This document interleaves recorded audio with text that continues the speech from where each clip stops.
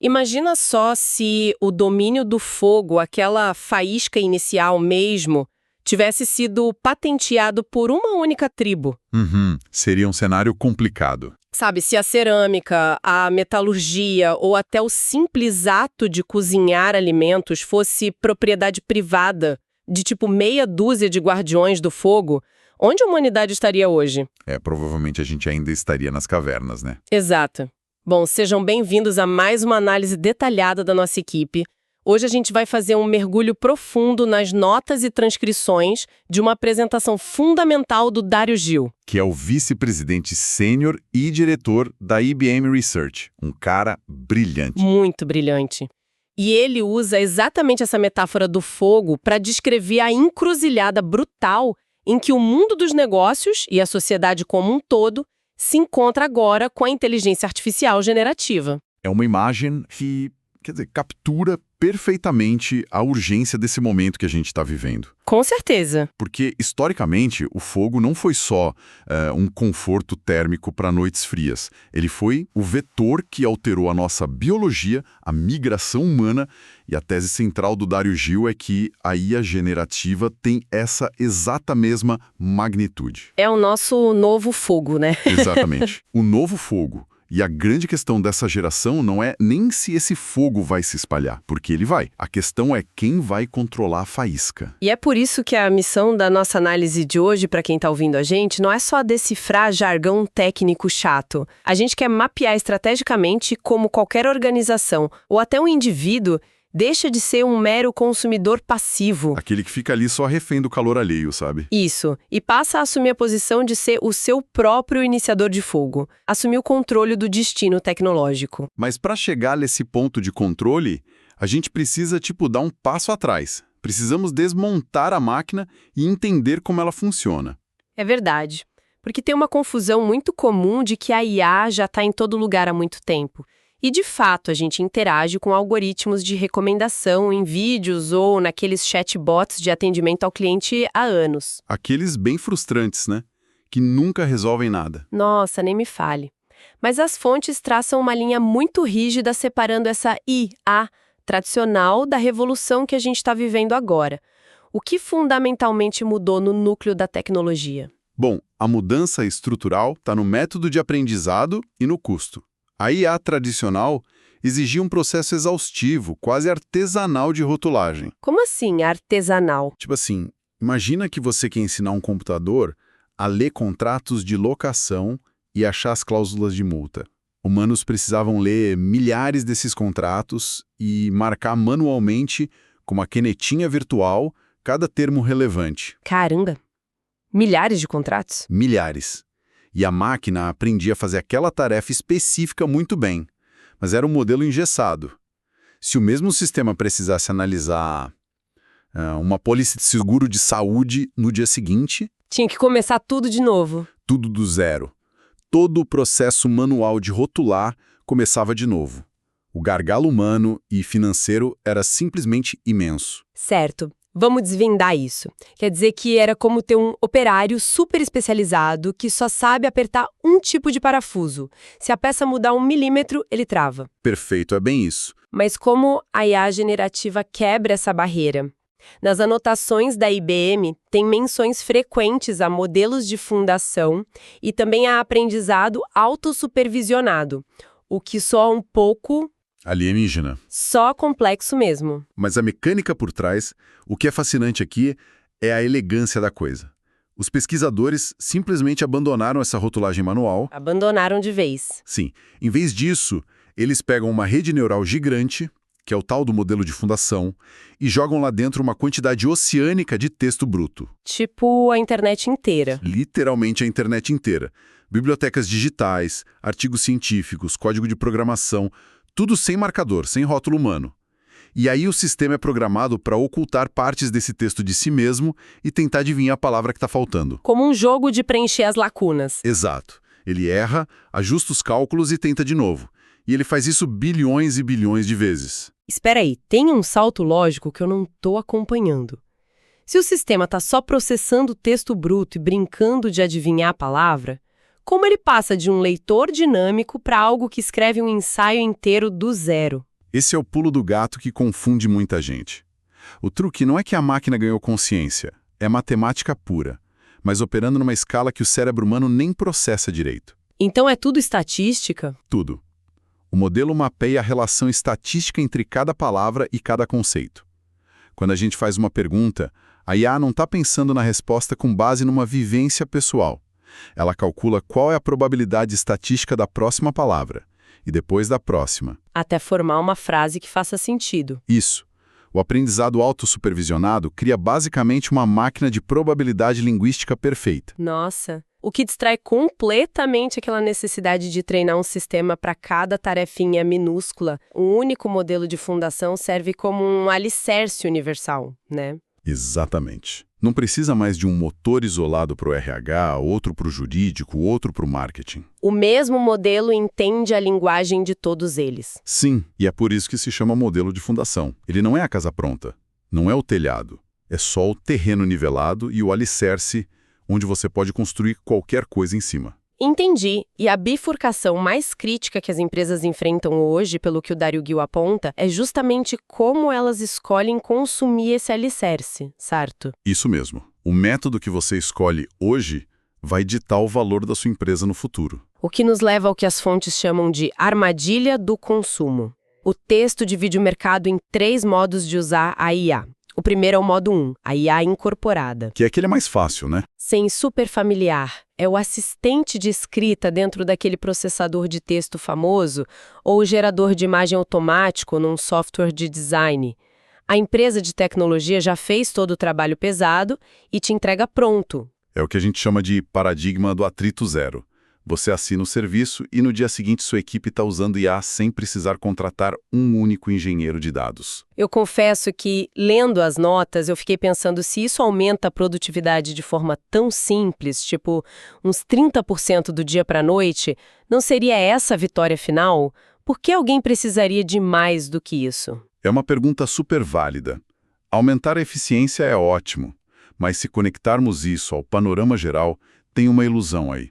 A ilusão da vantagem competitiva. Como assim? Pensa bem, se essa ferramenta está disponível para você por uma assinatura baratinha, ela também está disponível para o seu maior concorrente ali na esquina. Ah, claro. Todo mundo pode comprar. Todo mundo. Isso não cria um diferencial para o seu negócio. Só cria um novo padrão mínimo.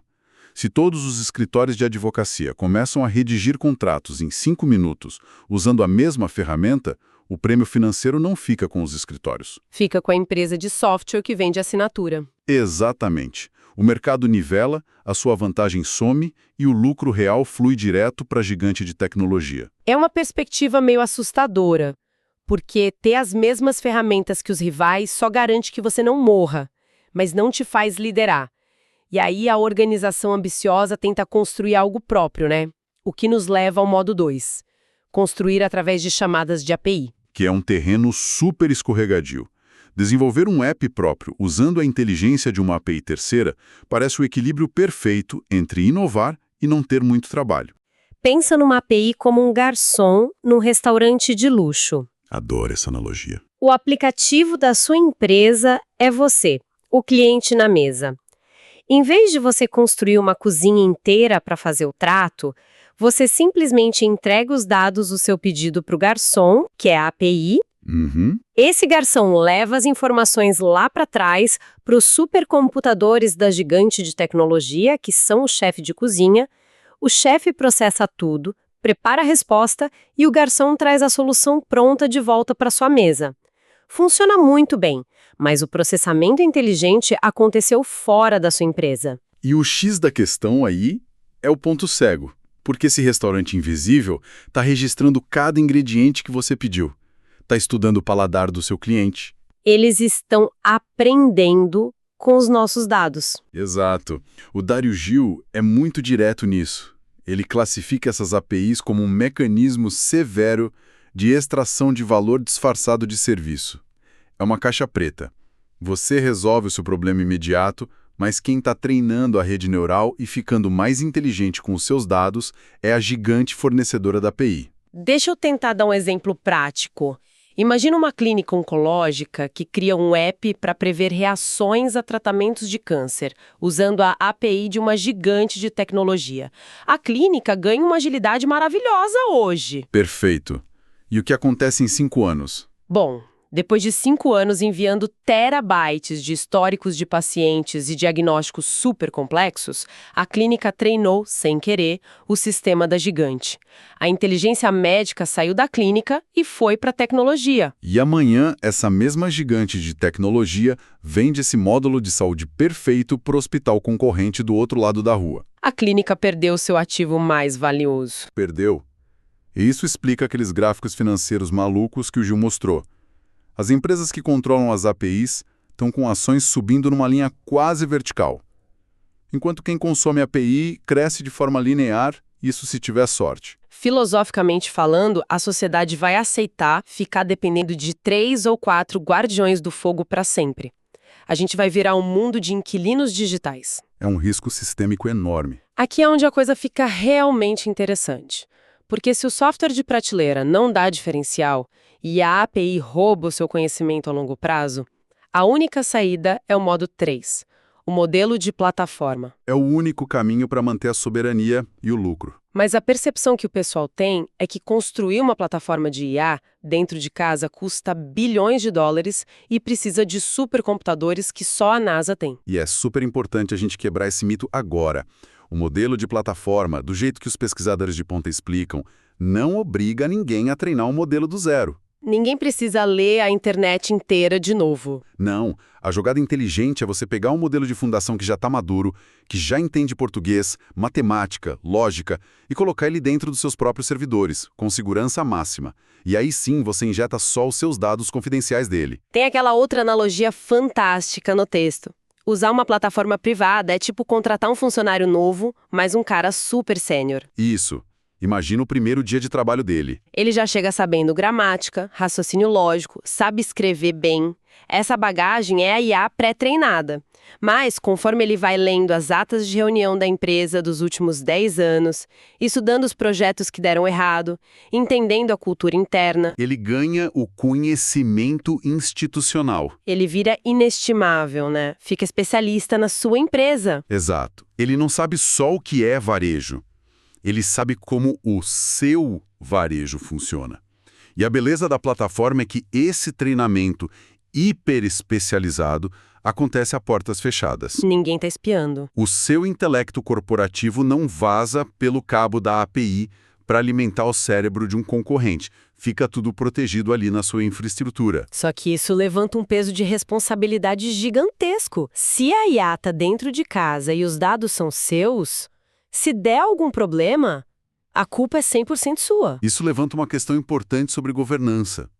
Porque os desastres corporativos acontecem quando o pessoal implementa isso de qualquer jeito. E o fantasma número 1 que as notas citam são as alucinações da IA, né? Mas espera, se a IA é estatística pura e matemática, por que ela inventa coisas com tanta confiança? Justamente porque ela é estatística e não um banco de fatos. A alucinação é culpa, na maioria das vezes, de dados internos bagunçados.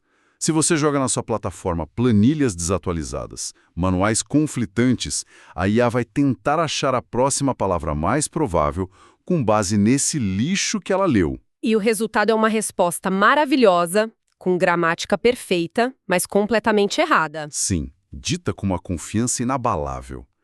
E o perigo é que a equipe confia naquela resposta eloquente e toma decisões com base em dados fantasmas. Nossa, e as vulnerabilidades vão muito além. O texto fala de infração de direitos autorais.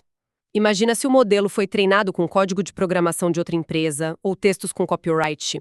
Um redator interno pede uma ideia, a IA cospe o texto protegido e a empresa toma um processo milionário. E tem o pesadelo máximo, o vazamento de dados. Ah, isso é terrível. Imagina uma indústria farmacêutica. Eles colocam as fórmulas secretas na plataforma interna para acelerar os testes. Se não tiver um controle de acesso absoluto, um estagiário do marketing pode fazer uma pergunta qualquer e a IA responde colocando a fórmula química secreta no meio de um e-mail de campanha. E se essa plataforma estiver conectada na internet? Já era. O dano é irreversível. É por isso que a urgência de inovar não pode atropelar a segurança. Governança de dados é inegociável. Você tem que saber com exatidão matemática o que entra, o que sai e quem pode ver. Não é burocracia, é sobrevivência. Governança é o escuro térmico para você manusear o fogo sem botar fogo na própria casa. Mas vem cá, isso me traz uma dúvida enorme sobre viabilidade. Se a gente tem que manter tudo numa plataforma interna, de onde vêm esses modelos de fundação originais? Porque a mídia faz parecer que no final só vai ter um modelo gigante vencedor, tipo um monopólio de uma grande corporação. O mercado vende muito essa ilusão de onipotência corporativa. Mas os dados do Dário Gil desmentem isso totalmente. O futuro da IA não vai ser um monopólio de um cérebro gigante. Vai ser multimodelo. Multimodelo? Como assim? O mundo real é muito complexo para um modelo só. O futuro é combinar dezenas de modelos menores, mais baratos, super otimizados para tarefas específicas. E o mais legal é de onde eles vêm. Sim, as notas falam de uma força chamada ciência de código aberto, o open source. Eu fiquei chocada com os números. O open source é a resistência natural contra o monopólio, né?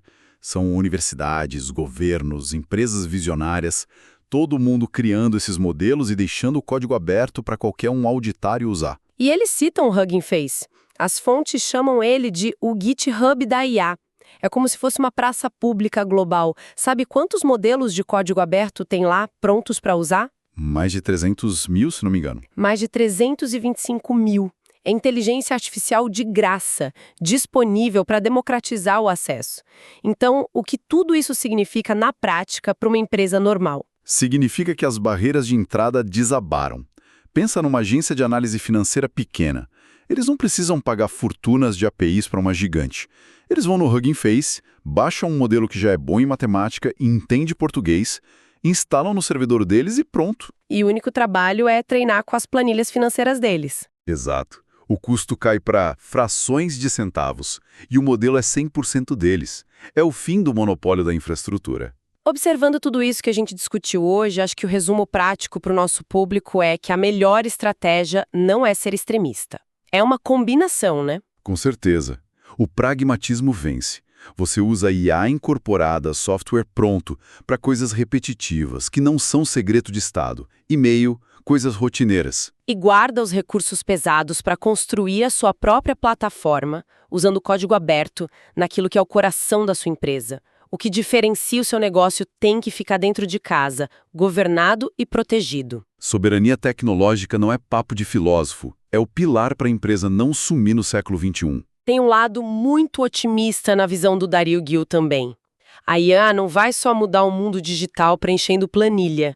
Ela vai nos ajudar no mundo físico, acelerar a descoberta de remédios, capturar carbono, resolver crise de energia. Mas o sucesso vai ser de quem construir isso de forma deliberada e não só de quem correr para seguir a moda. Com certeza.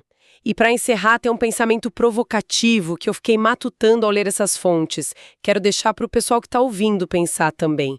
A gente falou da IA de plataforma como um funcionário novo que absorve toda a cultura da empresa, certo? Certo. Ele escala o conhecimento infinito. Pois é.